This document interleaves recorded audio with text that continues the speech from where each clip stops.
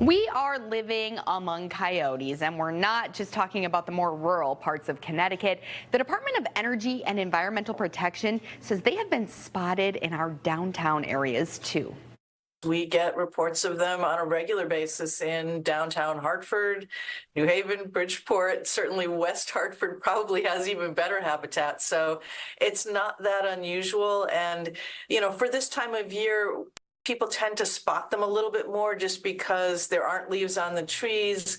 That's the director of Deep's Wildlife Division, Jenny Dixon, and she says that snow and ice make it hard for coyotes to travel through the woods, so you'll see them using sidewalks and neighborhood streets more this time of year. She says pet owners also need to be especially mindful that they're around.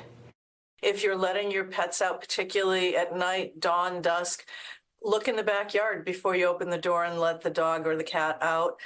Certainly, if you've got animals that are less than 25 pounds, those are ones that are at risk more frequently for coyote attacks just because they are smaller, they're more prey-sized for a coyote.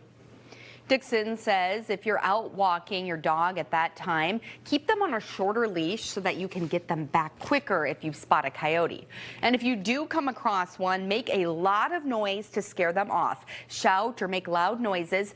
Act aggressively by waving your arms or throwing sticks or something at the coyote.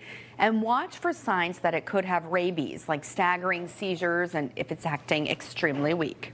Now, right now is mating season for coyotes, so the males tend to move around more searching for females.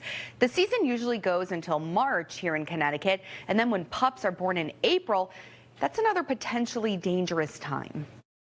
The adults are going to defend the area around their den a lot more diligently. And so where a coyote might have run off if it saw you before, if it's denning somewhere nearby, it might stand its ground.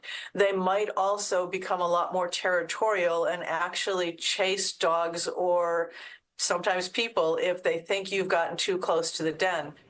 Dixon says in those cases, just get away from the area, but that may be more tricky, for example, if the den is close to someone's backyard.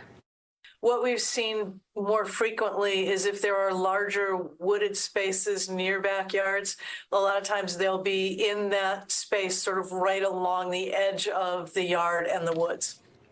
Deep does not remove problem coyotes, but may issue a permit to landowners or municipalities so that they can pay someone to target a coyote that has attacked pets, farm animals, or threatens public health and safety. And while we've talked a lot about how they can negatively impact the area, Dixon says they can also help our environment. Coyotes are really good at controlling populations of other animals. So things like mice, rats, rabbits, things like that, they're all going to help to keep those population levels lower.